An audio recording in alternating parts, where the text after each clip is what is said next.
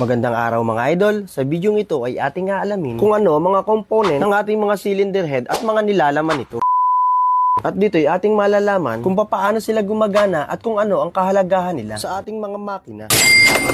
Makikita ninyo ang apat na bilog na ito at ito po ang tinatawag natin ng mga valves. Ang dami or bilang ng valves ay nagdidepende kung anong klase ng motor o anong klase ng iyong makina. So yun mga idol, ito yung tinatawag natin na valves. Yan. At kung mapapansin nyo, itong mahaba na ito yung tinatawag natin na valve stem. At itong mapapansin ninyo na makintab na ito sa ating valve ay ito ang tinatawag natin na valve face.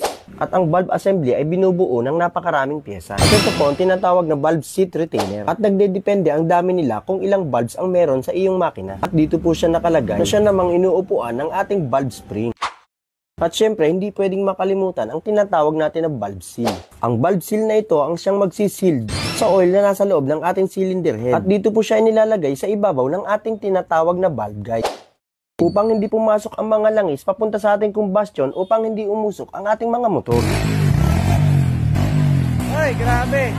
At dito, kung mapapansin ninyo, itong bilog na ito, yung apat na bilog na yan, yung lid niya, yan ang tinatawag natin na valve seat.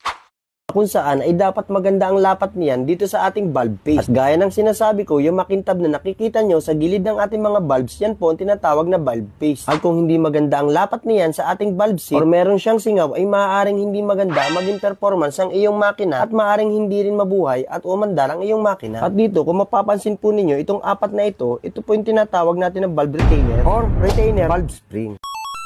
Na kung saan dito nilalagay yung ating mga valve lock. At sa bawat piraso ng ating mga valve retainer ay meron silang 2 piraso na valve lock. At bago ko makalimutan, meron nga pala tayong tinatawag na intake and exhaust valve. At dito, lahat ng makina, motor man yan o sasakyan, ay palaging mas malaki ang sukat ng intake valve. Ang exhaust valve naman ay mas maliit ang sukat. At dito nga, hindi lahat ng makina ay merong tinatawag na rocker arm. At para sa kaalaman ng iba, kadalasan na shock engine or single overhead cam ay rocker arm ang ginagamit sa kanilang cylinder head. Samantalang ang mga dock engine or dual overhead cam ay wala silang mga rocker arm. Ay sa halip ay shim at shim cap ang mga ginagamit dito. At kung umabot ka sa punto ng video ito at kung natuwa at may natutunan ka, paki-like and share naman at paki-follow na rin para masaya. At bagong lahat, shoutout muna sa mga idol natin na palaging nanonood.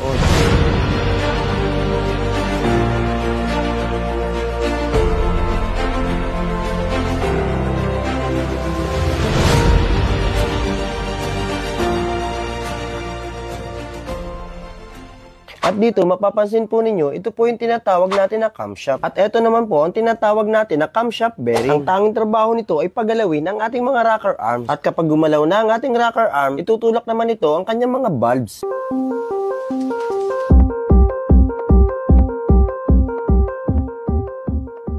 At dito ngayon, naipaliwanag na natin ng ilan sa mga nilalaman ng component ng ating mga pyesa sa ating cylinder head. So yun, hanggang dito na lang. Maraming salamat sa panonood. Hanggang sa muli. Bye-bye!